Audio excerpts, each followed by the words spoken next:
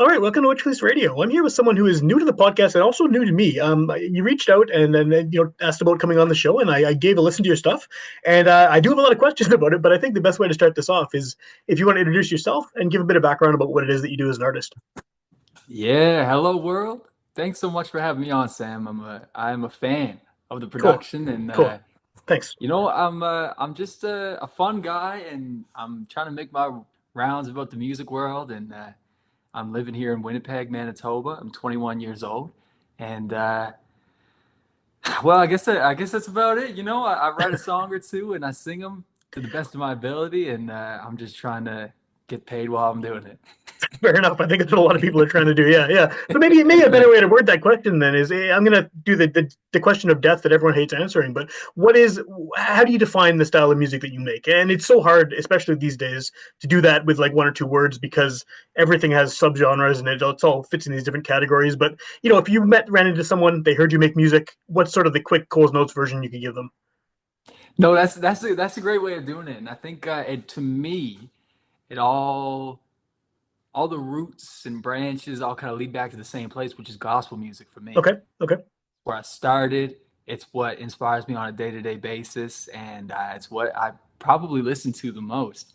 Of course, the messaging kind of changes in all the different songs I write. Not all of them I want to play at Heaven's Gate when I get there, but most of where I started was had its roots in the church and praise music, worship music. There's a certain triumph and a certain love for the moments in these old style gospel tunes, and so that's what I originally fell in love with. And through there, I found soul music and Motown records, Stax records, yeah. Chess, that whole scene. And so I guess, I don't know, to boil it down, if I was really to reduce it, I really think that everything is sort of built upon this foundation of gospel and blues.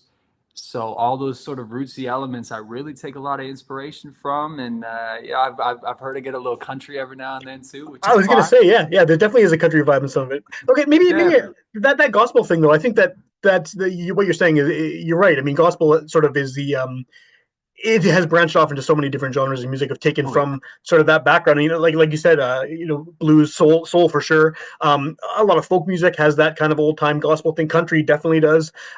So I guess what is the appeal of that stuff to you? What sort of drew you to that in the first place? Obviously, like you said, it sounds like you have a church background that probably helped. But what is it about that kind of music that appeals to you? Because we're in 2025. A lot of that stuff is by some people seen as older music. I don't think that's a bad thing, but a lot of people, especially younger people, might. What is the sort of staying power of that kind of stuff for you as a listener? Absolutely. It's a feeling. It always comes back to a feeling. And I think that there's a lot of music that isn't necessarily engineered with that feeling in mind. And that's neither a good thing nor a bad thing, just a different market. A Yeah, lot of times you're gonna switch on top 40 radio. And now I would never disrespect these individuals. They're making a lot more money than me. But there's a lot of music that's engineered without the necessity of a feeling. A lot of times there's a lot of music that is designed just to shop to have a good time throughout your day. To music people that it's designed for people that don't necessarily even care about having that feeling. And I just found that when I really dug deep into the catalog of these roots artists and these sort of old time funk artists and this sort of thing, there's a this indescribable feeling that's embedded in these recordings. And I can't get enough. I'm gonna tell you right now, I'm a fiend for it, and I can only do my best to recreate it stylistically and just for the purpose of my own enjoyment, and to hear that other people really get down with it is just the best feeling in the world. But again, it always kind of goes back to the soul that's in some of these songs. And so when I dug deep into people like Bill Withers, um, Johnny Cash was big for me. Aretha Franklin. They mean every single word they say, and you can tell, you can sniff it right out from the first listen. I think that's right. And I think that the feeling that you're describing, I think the sort of the easy way to describe it is just soul, right? I mean, because Hmm. obviously soul music is its own genre and has tons of that feeling. But country can have soul, blues can have soul, rock can have soul. I mean, any Oh style of yeah. music when there's that sort of emotional connection to it, and I think it's almost where you believe the person about what they're saying, whatever it is, right? I mean, I think that's sort of the key element to having that feeling is that when you can, like you said, you listen to them and that comes through, like whatever it is that they're trying to put across, whether you agree with it or don't agree with it, believe it, don't believe it, whatever, you can feel it, right? I Oh mean, yeah. I'm not a religious person. I didn't grow up with any kind of religious background. I love gospel music. It's great. I mean, I get a Come feeling on. from it that's probably different from someone who does have a church background, but I still, there's a feeling there, and the people who are singing it absolutely mean what they're saying. And I think that's what appeals to it to me because Oh yeah. there's that honesty to it, right? Yes, it's the passion that is from somewhere within. No, you put on Espresso by Sabrina Carpenter. Sure, she's not talking about the creator and all this, but man, I still like to think that she means what she says. It's just comes across in a different way. When Sure. you put on an early Sam Cooke record, like his old timey gospel kind of stuff, like 1957, Yeah. you're gonna feel a lot different in emotion. Now these people still feel their own things in their own certain way, just because the content changes. There's soul in every recording now. Some of it I do think that gets lost in the modern day production, but that's not to say that these people didn't mean what they're saying. You can find the flavor, you can find the seasoning, no matter where you look. And for me, it's those old timey root styles. It's the blues, it's country, it's soul, it's funk, Yeah. folk. All that kind of stuff. It's right up my alley. That's cool. Yeah, yeah, right on. It's cool to hear you mention Sam Cooke too, because I mean that's a guy for sure. I mean he was with the Soul Stirrers doing the gospel stuff, and Mhm. then he became a pop star. But even his pop stuff, like you said, that feeling is there, right? Even if he's singing the most lighthearted, non-topical pop song about loving some girl, that's still there as an undercurrent of that feeling. And so, I mean, I don't want to talk about Sam Cooke all day. I could. I love him. He's one of my favorite artists. But we're talking about you and talking about what you do. How do you fit then into the local music scene? With obviously your music leans more towards older stuff. You're not the only one doing that, but it may be a little harder to find sort of where you fit within the community than if you're doing say hip hop or folk or one of these genres that's maybe more modernly appreciated. Most definitely. There's certainly, sometimes I go to areas and there's a lack of saturation, and I'm in search of this sound that it can sometimes be fleeting.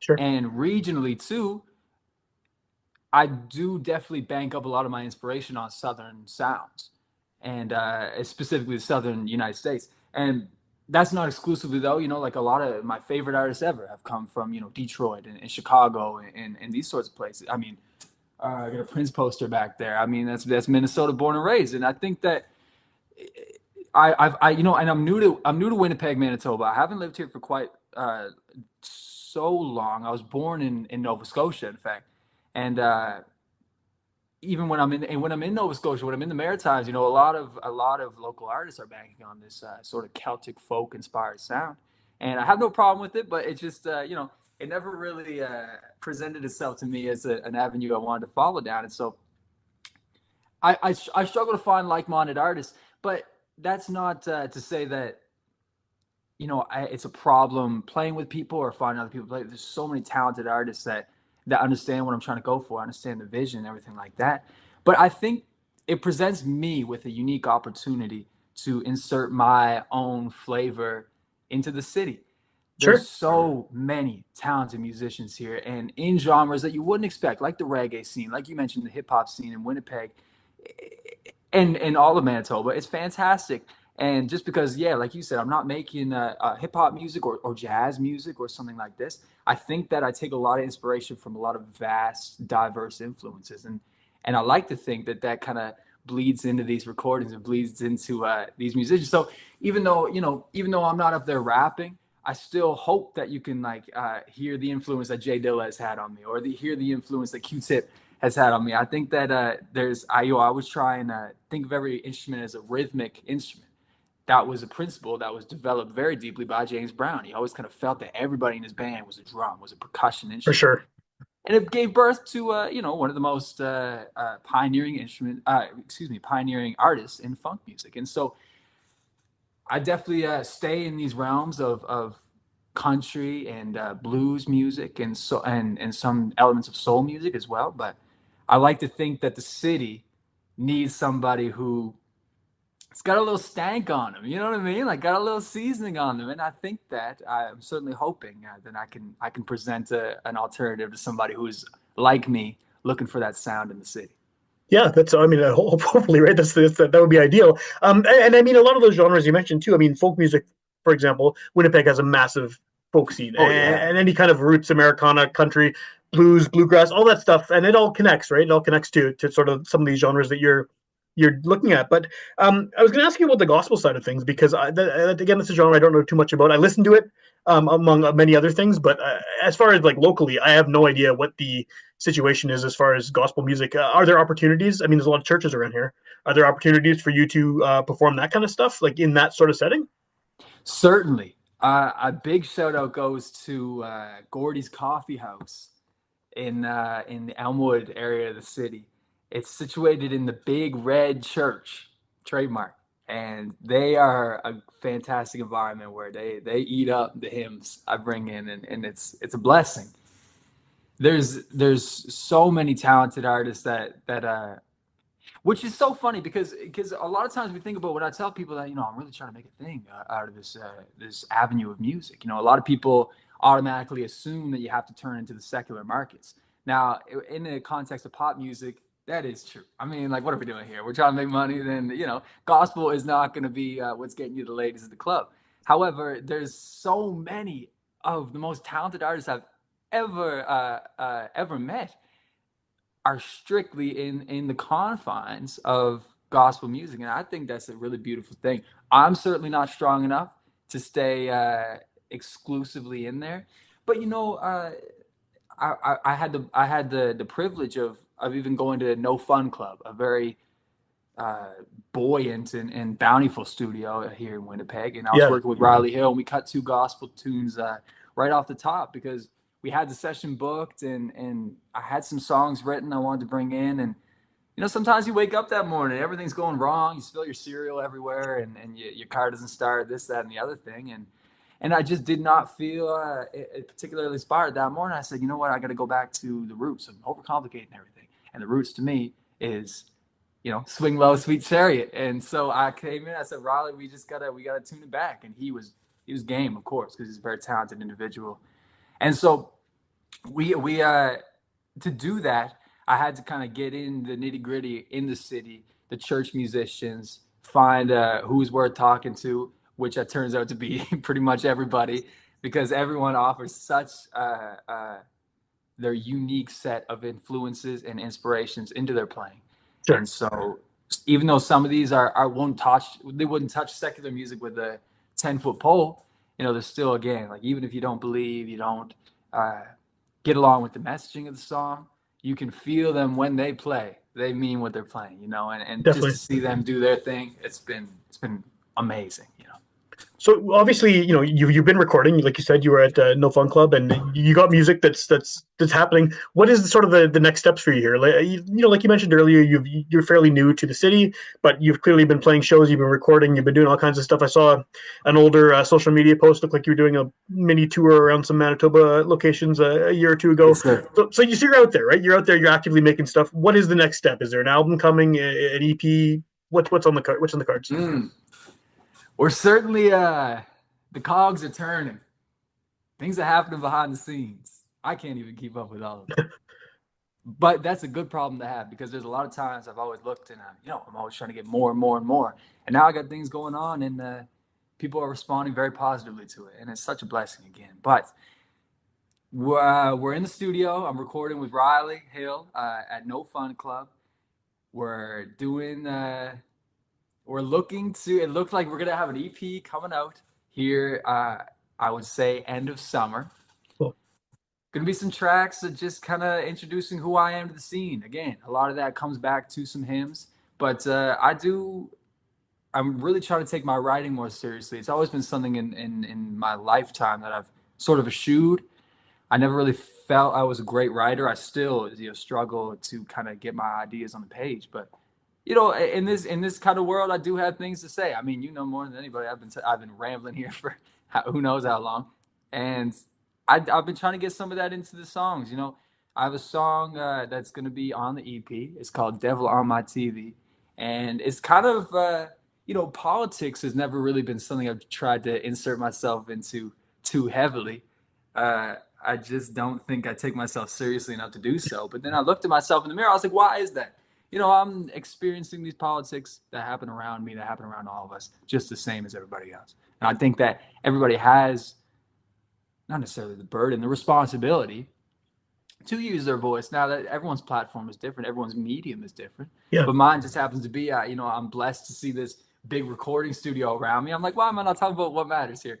And I don't. It's not a scathing diss track or anything, but I do feel like I sort of speak what's on my mind and talk about the injustices that are happening, not even to people that look like me per se, but to the people that I know very near and dear very well. And yeah, I mean, you flick on your TV and you see it go down. I think there's a responsibility of everybody to change the dialogue and change the narrative and speak up. And so, yeah, I've been writing a lot, recording a lot, playing a lot of shows. This summer we're gonna be putting out, like you said, we kind of had a tour last summer. I think it was about 10 shows there. We're gonna have something similar this summer. Nothing too massive. Even some festival dates for, I believe, pretty much my first time. I've only had a select few, and so in Western Canada and Central Canada, we're gonna have some festival dates when they're released. It's going to be a really exciting summer, and it's a blessing to just be able to push this bill a little further in a new city and see what people are up to, and hopefully throw some things at the wall and see what sticks. Well, I mean, for your sake, hopefully it does, right? I think it seems like it seems like it is. It seems like you said you're already getting sort of a good positive reaction from what you're doing. So I think Winnipeg. One of the best things about the Winnipeg music scene is it seems, for the most part, to be extremely welcoming to people who are doing whatever. Like, I mean, I've had people on the show who do the most out there, like experimental weird shit, and and they get welcomed in, like from people who are in just sort of straight ahead rock bands. They love that stuff too. It seems like it's very much like the amount of people I've had on this show over the years who have been in each other's bands is crazy. It's a very tight knit community, but it seems very welcoming. Have you felt that? Oh man, the first thing I saw when I got here was the friendly Manitoba license plate. I was it, and I'm coming from Nova Scotia, where a lot of people revere our hospitality. I was like, all right, we'll see, buddy. Like whatever you think. And when I started to, just you show up and you're just like, hey man, like you mind if I sit in a couple songs? And I'm used to just being like, get out of here, bud. And it's the complete opposite here, man. People are the nicest, most welcoming, uh, hospitable. I can't quite think of all the synonyms, but normally when you get that, they're hospitable for a reason. They want to get off that stage, man. They can't make a noise if it was all given to them. But these guys are some of the most talented individuals that there are. Man, shout out Lady Lee too in the Blue Noise band. She's given me a stage about 3 times, Cool. and she just tells me to go willy nilly, go wild, because she understands how badly I want it, and I can't always supplement that with the talent. But I'm here to learn. I'm here Right. to look at the masters, to look at the keeper of the keys, as it is here in the city, and learn from them, learn how they feel things, how they're feeling translated into what they play, and so on. And so I can't thank everyone enough for, first of all, just being my buddy, but also being a helping hand and being a teacher and a mentor in a lot of cases, because this music thing, the art in all its forms, is a never-ending learning journey, and you never can quite encapsulate everything that you have inside of you in one, whatever your medium is, one painting, one song, etc. But the more you see, the more content you take in from your chosen medium, it always kind of impacts your vision, and everything constantly fluctuates. And so I say all that to say, when I got here to the city, I was bombarded with all these new sounds, these new influences, and it can be a little overwhelming at times. But all these people that there's too many to even name here, but all these people have really taken my hand and coached me through and opened my mind in a sense to new possibilities of what my musicality, my artistry could reach. And so again, I'm not up here shredding a guitar solo, and my voice could always use some work, et cetera, et cetera. But I know that I'm surrounded by people that are looking for my best interest, and that is truly, for a guy like that's just fighting for it, like me, that really wants it, really believes in what can go down around here. it is the utmost blessing. Cool. And then if people, the good thing about this being a podcast, right, is someone could hear it the day it comes out. In which case, you still have all this music that's sort of to be happening in the next few months in the future. You got tours and shows and things happening, but someone could also hear it a year from now, and by then you got an EP out. Probably you're maybe doing bigger shows. What's the best way for someone listening, whenever they're listening, to find out more information about what you're up to? First of all, hear your music, and then secondly, find out about upcoming shows and things like that. For sure. You can go to my, and I'm gonna say right now, technology is not my strong suit. I even struggle to join the Zoom meeting, but my website, God willing, will always be up there. IrvinMiller.com. That is IRVIN Miller.com. I'm also on Instagram at Irvin Joe Miller. And I try and keep my thumb on the pulse here, gang. So anywhere, any new social medias that open up into the future, we can revisit this in a year and take inventory. I'm gonna do my best to be on there as well. But Irvin Miller, man, remember the name, and hopefully it'll be somewhere near the top here somewhere soon. Right And on. we're all coming up with me, man. Witchpolice Radio, that's where it's really at, man.